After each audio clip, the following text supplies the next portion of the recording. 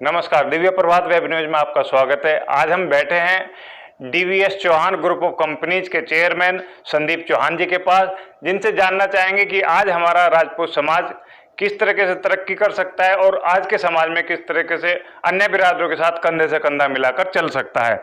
तो सबसे पहले तो जन्मदिन की आपको बधाई देता हूँ, आज आपका जन्मदिन है। अब जो सबसे पहला सवाल मेरा लेना है, जिस तरीके से आज हमारा समाज कहीं ना कहीं आप भी महसूस कर रहे होंगे कि पिछड़ता जा रहा है, राजपूत समाज अन्य समाज के साथ कंधे से कंधा चलाकर नहीं चल पा रहा है। अन्य समाज तेजी से तरक्की कर रहा है जबकि उसके कंपेरेटिवली हमारा समाज स्लो चल रहा है। तो आप इस बारे में क्या कहेंगे? पंकज जी, मैं इस बात से तो सहमत नहीं हूं कि हमारा समाज तरक्की नहीं कर रहा है। हमारा समाज भी काफ़ी तरक्की कर रहा है। सिर्फ फ़र्क इतना है कि जो बाकी समाज के लोग हैं वो शायद हमसे ज़्यादा तरक्की कर रहे हैं। ऐसा दिखने में भी आता है और ऐसा एक्चुअल हकीकत में भी है। मैं आपको कुछ बड़े नाम गिनवा सकता हूँ इस देश के या इस देश के बाहर, वो भी हमारे समाज से हैं। मुझे नहीं मालूम कि हमारे समाज के कितने लोग उनको बारे में जानते हैं। हम लोग जब बहुत छोटे थे, हमारे फादर या फैमिली या इवन दादा के टाइम पर भी पार्ले बिस्किट आता था। आप जानते हैं पार्ले वाले कौन है मालिक?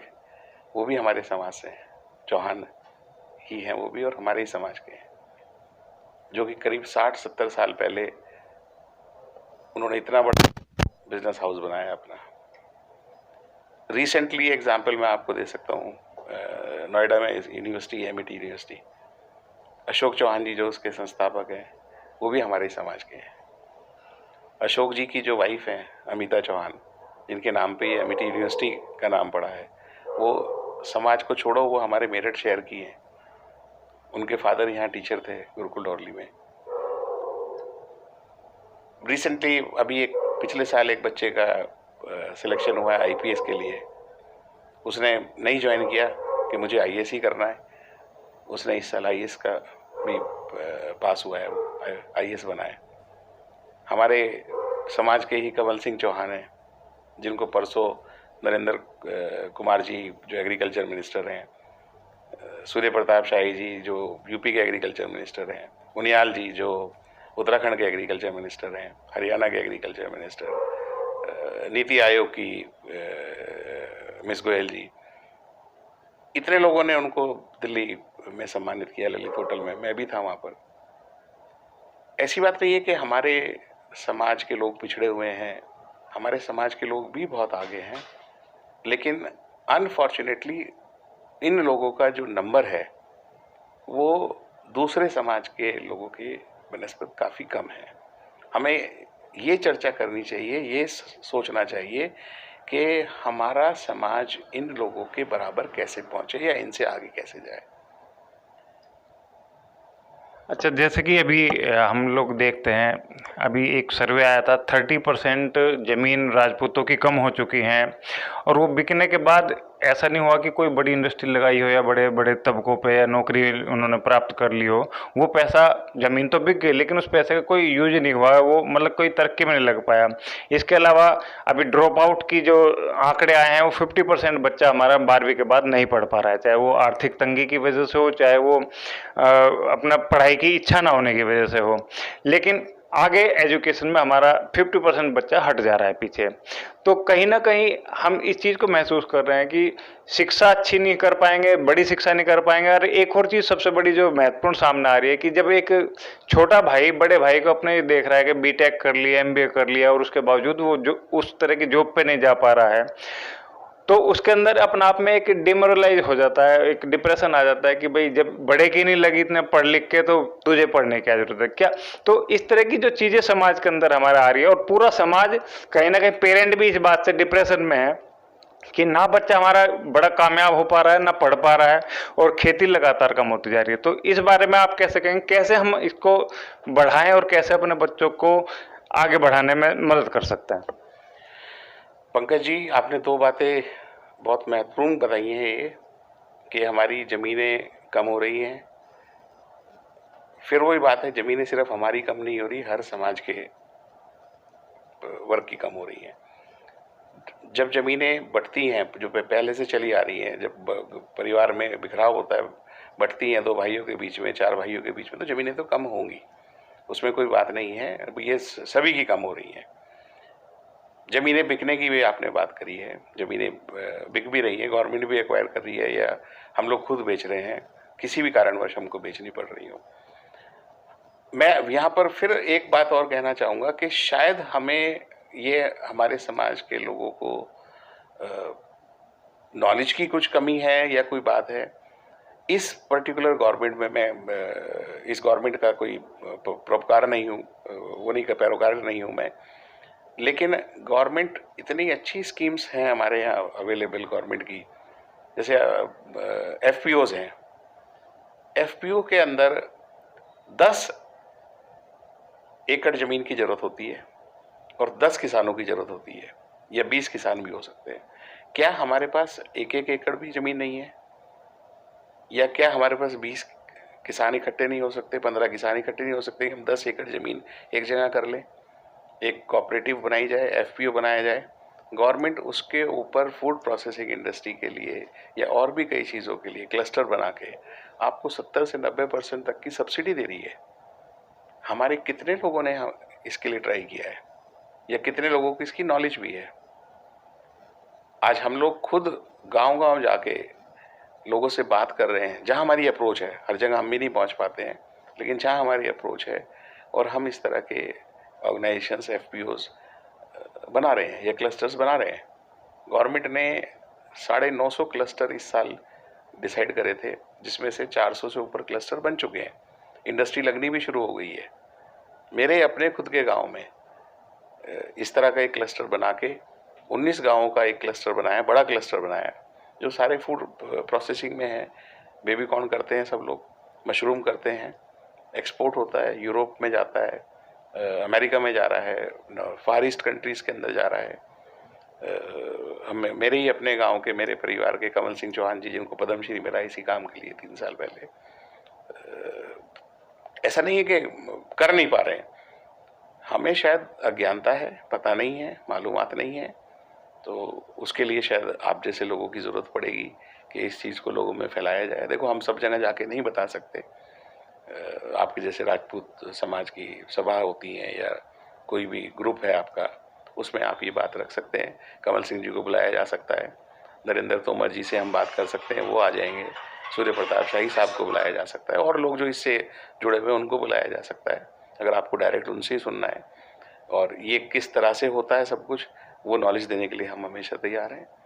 तो ये चीज़ तो आपकी यहाँ सॉल्व हो सकती है। दूसरा आपका सवाल था बच्चों का ड्रॉप आउट। ये वाकई में बड़ा सीरियस इशू है। या ड्रॉप आउट का रीज़न क्या है कि जो आप बता रहे थे कि परिवार का बड़ा बच्चा है जिसने इंजीनियरिंग भी कर ली है, BTech कर ली है, MBA कर लिया है, लेकिन वो नौकरी नहीं मिल रही है। मैं आपको बताऊं, मेरे यहाँ भी आते हैं इस तरह के बच्चे, 10-10, 15-15 हज़ार की में नौकरी करने को तैयार रहते हैं। हम जानबूझ के उनको हम उनका शोषण नहीं करना चाहते, लेकिन इसके पीछे रीज़न क्या है आप उसको समझने की कोशिश करिए। हमारे समाज में बहुत कम लोग हैं जो टॉप स्कूल्स के बारे में बात करते हैं। आज हिंदुस्तान में इंजीनियरिंग के लिए IIT है या RECs हैं, NIT है। मेडिकल के लिए आपके पास ऑल इंडिया इंस्टीट्यूट सब जगह खुल गए हैं, इस गवर्नमेंट ने भी और पहली गवर्नमेंट ने भी। ऑलमोस्ट सारी स्टेट्स में ऑल इंडिया इंस्टीट्यूट्स खुल गए हैं, आपको दिल्ली जाने की ज़रूरत नहीं है। उसके अलावा आपके बिजनेस स्कूल्स कितने हैं, टॉप के बिजनेस स्कूल्स हैं। पहले 2-4 ही होते, तो आज तो कम से कम 40 से 50 हैं टॉप बिजनेस स्कूल्स। जी, जैसी हमारी डिमांड होती है उसी तरह का हमको मार्केट मिलता है। आज हम बड़े खुश होते हैं जब हमारे बच्चे का सिलेक्शन होता है। जिस समय बच्चे का कैंपस इंटरव्यू हुआ, बाद में उसका सिलेक्शन हुआ, TCS करती है, इन्फोसिस करती है, और कंपनियां भी करती हैं। मैं चाहता हूं कि हमें नहीं जाना चाहिए। आज क्या क्या सैलरी देते हैं वो, एक्चुअली शोषण ये कंपनियां कर रही हैं जी। आज 3 लाख रुपए, 2.5 लाख रुपए के पैकेज पे आपके बच्चे को अपॉइंट कर लेती हैं। 5-5, 6-6 साल तक उसका पैकेज 5 लाख, 5.5 लाख, 6 लाख का रहता है, जिसकी वैल्यू महीने के 50,000 रुपये है। और कट वो भी, और बाकी चीज़ें डिडक्शंस होने के बाद 25-30 हज़ार रुपये उसको घर पे मिलते हैं। शादी होगी उसकी, डेफिनेटली जब बच्चा नौकरी पे लग गया है तो ये भी रहता है कि चलो इसकी अब ब्याह शादी भी करी जाए। हर एक परिवार का ये एक सपना होता है। अब वो एक बच्चा शादी करने के बाद इस सैलरी के अंदर वो कैसे गुजारा करेगा? तो जिस तरीके से लग रहा है कि भाई, एक आपको भी लगता है, जैसे मैंने कई बार बच्चों को बातचीत करते देखा है अपने, तो एक कम्युनिकेशन स्किल्स की उनके अंदर जितनी कमी है, जो कॉलेज में पढ़ाया जा रहा है वो कुछ और है, और जो इंडस्ट्री की डिमांड है वो कुछ और तरह की होती है। तो इसके बीच में गैप को आपने महसूस किया है क्या? ये गैप 100% हमने महसूस किया है। हमारे खुद की बिजनेस में हमारे पास इस तरह के बच्चे आते हैं। बेसिकली उसके पीछे रीज़न जो मुझे समझ में आता है कई बार, वो आता है कि प्रॉपर उनको कॉलेज में या जो उनके सराउंडिंग्स हैं, उनका जो घर परिवार के लोग हैं, वहाँ पर उनको प्रॉपर गाइडेंस नहीं मिली है। किसी वजह से वो गाइडेंस की कमी है। और बच्चा भी शायद या तो बच्चों माँ बाप से बात नहीं करता है, या अपने सर्कल में बात नहीं करता है, अपने प्रोफेसर से बात नहीं करता है। अगर वो बात करेगा तो शायद उसको वो लोग बताएंगे भी, और अगर वो नहीं भी बताएंगे तो ऐसे कुछ प्लेटफॉर्म्स हैं, उन प्लेटफॉर्म्स पे जाके कुछ इस टाइप के बिजनेस हाउसेस भी हैं जो इस तरह के इवेंट्स ऑर्गेनाइज करते हैं, जिसके अंदर अच्छी विभूतियों को बुलाया जाता है, एजुकेशनिस्ट को बुलाया जाता है, बिजनेस हाउसेस के लोगों को बुलाया जाता है, जो इन बच्चों को गाइड करते हैं, ट्रेनिंग देते हैं कि आपकी एजुकेशन किस तरह की हो, क्या आपको सीखना चाहिए, जिससे कि आपको इन बड़े बिजनेस हाउसेस में या जो इंटरनेशनल लेवल पे कंपटीशन होता है उनमें आप पार्टिसिपेट कर सकें, वहाँ तक सोच सकें, वहाँ जा सकें। हर एक को हक है। मतलब आप ये मानते हैं कि दोनों के बीच में गैप है, एजुकेशन में और जो इंडस्ट्री की जो डिमांड है उसके बीच में, और स्किल्स जो होने चाहिए दोनों के बीच में पूरा करने के लिए। दूसरा कि जैसे कि आपने बताया भी, पेरेंट्स को बताना चाहिए, क्योंकि हमारा राजपूत समाज खास तौर से 80% नहीं तो 70% तो खेती पे ही डिपेंड है, और उनकी नॉलेज वो शायद नहीं हो पाती है कि वो अपने बच्चों को गाइडेंस कर सकें। और मैं तो यहाँ तक कि सर्वे किया है कि आज की जो एजुकेशन है वो कोई भी पेरेंट हो 5वीं 6वीं से ऊपर फिर गाइडेंस देने लायक नहीं रहते, उनकी नॉलेज शॉर्ट पड़ जाती है, क्योंकि उनके टाइम की स्टडी कुछ और थी, आज के टाइम की स्टडी कुछ और है। तो आप भी इस बात को मानते हैं कि दोनों को लेकर के हमें कुछ इस तरह के अलग से प्रोग्राम चलाने चाहिए जिससे इंडस्ट्री और एजुकेशन के बीच का एक गैप घट सके? इसका सबसे बढ़िया जो अच्छा जो तरीका है, जो और समाज में भी होता है या और दूसरे जो बिरादरियां हैं उनमें भी होता है, कि जैसे हमारा राजपूत सभा एक है, राजपूत समाज की बनी हुई, हम लोग साल में 2-3-5 फंक्शंस ऐसे करें उसमें कि जो इन बच्चों की कैरियर ओरिएंटेड एक्सपोजर के लिए, जिसमें कि हम इन लोगों को बुलाएं जिनके बारे में अभी हम लोग डिस्कस कर रहे थे, चर्चा कर रहे थे। एजुकेशनिस्ट भी हैं, बड़ी यूनिवर्सिटी से आते हैं, बिजनेस हाउसेस से भी लोग आ सकते हैं उसमें, और जो ये बच्चे हमारे हैं हम इनको विशेष रूप से उसमें आमंत्रित करें। एक प्रॉपर इंटरेक्टिव सेशन हो कि बच्चे अपने सवाल पूछें, सवाल लिख के लाएं और इन लोगों से गाइडेंस लें। गुरमुत्तों की तरह से कॉलेजेस खुले हुए हैं, वो उसके पीछे एजुकेशन मोटिव नहीं है, उसके पीछे जिन लोगों के वो इंस्टीट्यूशंस हैं उन इंस्टीट्यूशंस से वो पैसा कमा रहे हैं। तो हम उनकी तरफ ध्यान ना देके हमारा जो कैलिबर है उसके हिसाब से हम बड़े इंस्टीट्यूशंस की तरफ देखें, उसी हिसाब से हम तैयारी करें, उसी हिसाब से हम अपनी कोचिंग्स करें। माँ बाप के लिए ज़रूरत नहीं है, क्योंकि हमारे बाप दादा भी या पूर्वज वो पढ़े लिखे नहीं थे, हमारे बैकग्राउंड खेती के रहे हैं। लेकिन जैसे जैसे हमारे पेरेंट आए, ग्रैंडफादर आए, जैसे वो पढ़ते चले गए एक के बाद एक, हम आगे पढ़ते चले गए। इसी तरह से हम अपने बच्चों को और आगे बढ़ाएं। अच्छा, एक अभी जो संस्कार और संस्कृति वाला मामला है, अभी इतिहास चोरी भी चल रहा था, मिहिर भोज को लेकर के काफ़ी कुछ राजनीतिक उठापटक भी हुई है, तो हम किस तरीके से अपने बच्चों को संस्कारित करें? क्योंकि जैसे अभी लगता है कि मैं जिन घरों में जाता हूँ, अधिकतर के घर में गीता या रामायण जैसी चीज़ों का अभी पठन पाठन नहीं होता, वेद पुराणों का नहीं होता है, तो आप इसमें क्या कहेंगे, कितना हमारे जीवन में, खासतौर से राजपूतों के जीवन में अहमियत है, और क्या ये चीज़ें हमारे जीवन को बढ़ाने में कहीं ना कहीं मदद करती हैं? पंकज जी, मैं शायद इस बात को दूसरे तरीके से रखूं तो शायद ज़्यादा बेटर होगा। जो हमने सीखा है, मैं आपसे वही बात करूंगा बेसिकली। देखिए, हमें ये संस्कार मिले हैं, आप अपने बच्चों के साथ समय ज़्यादा बिताइए, कोशिश करिए कि आपके साथ वो बैठें, बात करें, जो आप देश विदेश की, परिवार की, समाज की बातें उनसे शेयर करें, उनके साथ में कोशिश करें कि बहुत ओपनली चीज़ों का डिस्कशन करें, कौन सी चीज़ जीवन में अच्छी है, कौन सी चीज़ बुरी है, उसके बारे में बताएं उनको। जहाँ वैसे तो आज के बच्चे सब इंटरनेट और मोबाइल का ज़माना है, ये बताने की ज़रूरत नहीं है, लेकिन फिर भी अगर आप उनको बताएं कि आप कैसे थे, आपके परिवार में कैसे थे, आपके पिता कैसे थे, माता कैसी थी, आपके बाबा दादी गाँव में कैसा सिस्टम था, वो चीज़ें आप उनको बताएंगे, उनकी समझ में आएगी कि आज अगर मेरे फादर मदर की, अपने पिताजी की, माताजी की, अपने बाबा दादी की, या उनसे भी पीछे वालों की बात कर रहे हैं, तो इसका मतलब इनके अंदर बहुत लगाव रहा होगा, तभी आप किसी के बारे में बात करते हैं। अगर हम अपने बच्चों को अपने साथ में, उनके साथ समय बिताएं, और मैं तो, आप अगर इसको मैं सिंगल एक सेंटेंस में बताऊं, तो मेरी सोच तो ये है कि हर चीज़ में हमारे बच्चों का इन्वॉल्वमेंट होना चाहिए। अगर मैं कहीं जाता हूँ, मेरा बच्चा वहाँ नहीं जाता है, इसका मतलब मेरा बच्चा पसंद नहीं करता है। हमें अपने भी संस्कार को ठीक करना होगा कि हमारे बच्चे ऑटोमेटिकली हमारे साथ रहें, हमारे साथ जाएं। आज हम क्लबों में जाते हैं, या आप राजपूत सभा के फंक्शन में जाते हैं, मुझे तो बहुत कम बच्चे नज़र आते हैं वहाँ, बहुत कम माता बहनें नज़र आती हैं। इसलिए आती हैं कि शायद उनको पसंद नहीं है। तो हम खुद भी अपने को बदलें, ऐसे ऐसे कार्य करें, ऐसी जगह जाएं, ऐसी जगह बैठें, ऐसा माहौल बनाएं कि हमारे बच्चे, हमारा परिवार उसमें इच्छा से आए, इच्छा से आके बात करे, बैठे, समझे, चीज़ों को सीखने की कोशिश करे। मतलब आपको भी लगता है कि थोड़ा अभी हमारी जो सभाएं हैं उस तरह का माहौल क्रिएट करने में कामयाब नहीं हो पा रही हैं कि उसके साथ विद फैमिली, बच्चों के साथ, पत्नी के साथ बैठा जा सके, कुछ समय बिताया जा सके?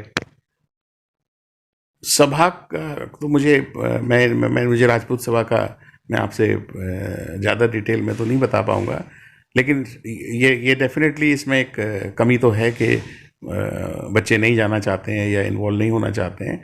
तो अगर समाज के जो लोग हैं, जो प्रबुद्ध लोग हैं समाज के, वो चाहें तो जो भी आगे भी फंक्शंस करें या इस तरह की कोई मीटिंग्स करें, उसमें फैमिली ओरिएंटेड चीज़ें हों, परिवार के लोग उसमें आएँ, अपनी भागीदारी करें, बैठें, डिस्कशंस करें, तो धीरे धीरे समाज जुड़ता चला जाएगा। अच्छा, एक चीज़ और अभी जो देखने को मिल रही है वो ये है कि हमारी जो समाज है वो कहीं ना कहीं नौकरी के अभाव में कह लीजिए, समय की अधिकता कह लीजिए, या एक माहौल ऐसा मान लीजिए कि राजनीति की तरफ ज़्यादा चल रहा है। यहाँ तक कि हमारे संगठन भी, हमारी सभाएं भी राजनीति की ओर टर्न कर गई हैं, बजाय इसके कि समाज को उठाएं, समाज की तरक्की की बात करें, समाज के लिए कुछ काम किए जाए ग्राउंड लेवल पर। पंकज जी, यही तो दुर्भाग्य है, यही दुर्भाग्य है। हम लोग जानते हैं कि ये चीज़ अच्छी नहीं है, फिर भी मुझे नहीं मालूम कि क्यों हम लोग उस तरफ ज़्यादा फोकस हो रहे हैं। आप क्योंकि ये समाज से रिलेटेड, राजपूत समाज से रिलेटेड हम लोग बात कर रहे हैं, आप दूसरे समाज के लोगों को देखिए, आप मारवाड़ीज़ को देखिए, आप गुजरातीज़ को देखिए, या और दूसरे बनिए समाज को देखिए, क्या उनके लोग राजनीति में नहीं है? बड़ी बड़ी राजनीतिक पोजीशंस पर हैं, मुख्यमंत्री भी हैं, सेंटर में भी हैं। क्या वो लोग, मैं आपको वैश्य सभा का एग्जांपल दे सकता हूँ, क्या वो लोग अपने समाज के बारे में कुछ नहीं करते हैं? देखिए, सोच का फर्क है। हम अगर राजनीति की तरफ देखते हैं, राजनीति कोई बुरा प्रोफेशन नहीं है, मैं तो उसको आज भी प्रोफेशन बोलूँगा, क्योंकि वो एक आपको प्लेटफॉर्म देता है कि आप समाज के लिए कुछ राजनीति में रह के कर सकें, जो अनफॉर्चुनेटली शायद आज नहीं हो रहा है। आज राजनीति में जाके आदमी अपने लिए जा रहा है, लेकिन अगर राजनीति में जाके आप समाज के लिए काम करेंगे, बहुत से राजनीति के लोग हैं जिन्होंने समाज के लिए बहुत कार्य किया है, तो राजनीति में जाना गलत बात नहीं है, सोचना गलत बात नहीं है, लेकिन सिर्फ राजनीति को ही सोच के वहां से हमें कुछ पर्सनल गेन हो जाएगा, वो सोच नहीं होनी चाहिए हमारी। राजनीति के लोगों को भी बुलाना चाहिए, क्योंकि उनकी भी कोई चीज़ें हो सकती हैं जिससे हमारा फायदा हो। देखिए, हमें सिर्फ वो देखना चाहिए कि जहाँ हमारे समाज का भला होता हो, जिस तरीके से हमारा भला होता हो। भला सिर्फ दो तरीके से हो सकता है, हमारी एजुकेशन हो, हम compete करने की पोजीशन पर हो दुनिया में कहीं पर भी, उस लेवल की हमारी एजुकेशन हो। दूसरा, हम लोग फाइनेंशियली स्ट्रांग हो। फाइनेंशियली स्ट्रांग होंगे तो हम समाज को भी कर सकते हैं, देश को भी कर सकते हैं। ये दो चीज़ें अगर हमारी फोकस में रहेंगी, हमारे बच्चों की फोकस में रहेंगी, मैं ये नहीं कह रहा कि आप गलत तरीके से करिएगा, आप अपनी एजुकेशन का इस्तेमाल करते हुए आप बिजनेस करिए, आप बड़ी नौकरी करिए, अच्छी नौकरी करिए आप, और उसके बाद आप समाज में कंट्रीब्यूट करिए। पहले आप अपने समाज के लिए कंट्रीब्यूट करिए। आज मैं अपना एग्जांपल आपको दूं, अगर आज मेरे यहाँ लगभग 300-325 लोग काम करते हैं जी, और मेरी पहली सोच ये रहती है कि जब भी कोई इंटरव्यू हम लोग करते हैं, इंटरव्यू मेरे बच्चे करते हैं आजकल, लास्ट में मुझे लगता है किसी पोजीशन के लिए मेरे को भी देखना चाहिए, तो मैं जब उनके बायोडाटास मंगाता हूँ, मैं सबसे पहले उसमें यही देखता हूँ कि हमारे समाज से कौन है। अगर वो थोड़ा वीक भी होता है वो कैंडिडेट, मैं कोशिश करता हूँ कि उस बच्चे को ज़रूर चांस दिया जाए। लेकिन मैंने देखा है कि बाद में मुझे इसी बच्चे से, उसी समाज की वजह से, अपने ही समाज की वजह से परेशानियां भी आई हैं, क्योंकि वो बच्चा ये समझता है कि क्योंकि मैं इस समाज से हूँ, तो वो अनड्यू एडवांटेज लेने की भी कोशिश करता है, जो मुझे दूसरे समाज के बच्चों के साथ नहीं होता है। तो ये हमें, जब तक हम क्लियर नहीं होंगे अपने माइंड में, जब तक हमारे को बिल्कुल एब्सोल्यूट क्लैरिटी नहीं आएगी कि हमने करना क्या है, हमने किस तरीके से अपने को आगे बढ़ाना है, समाज तो अपना बढ़ जाएगा जी। अगर हम इंडिविजुअल अपने को आगे बढ़ाते चले जाएंगे तो हमारा समाज अपना बढ़ता चला जाएगा। तो ये थे संदीप चौहान जी, जिनका साफ कहना है कि हमें अपने समाज को बढ़ाना है तो सबसे पहले अपने घर से शुरुआत करनी पड़ेगी, अपने बच्चों पर ज़्यादा ध्यान देना पड़ेगा, अपने बच्चों की शिक्षा पर ज़्यादा ध्यान देना पड़ेगा। और जो एक टाइम आता है 17 से लेकर के 24-25 साल तक का, वो सबसे ज़्यादा शिक्षा पे हमारा ज़्यादा जोर होना चाहिए। जबकि आज अमूमन ये देखने को मिलता है कि इस समय पे सबसे ज़्यादा आज के टाइम में राजनीति की तरफ हमारा बच्चा खींचता चला जा रहा है। उसके कारण चाहे कुछ भी रहे हों, लेकिन यदि समाज को तरक्की करनी है तो परिवार को तरक्की करनी पड़ेगी और अपने बच्चों पर ज़्यादा ध्यान देना ही पड़ेगा। आज की खबर में इतना ही, कल फिर मिलेंगे किसी नए मुद्दे के साथ। तब तक बने रहिए हमारे साथ और देखते रहिए दिव्य प्रभात।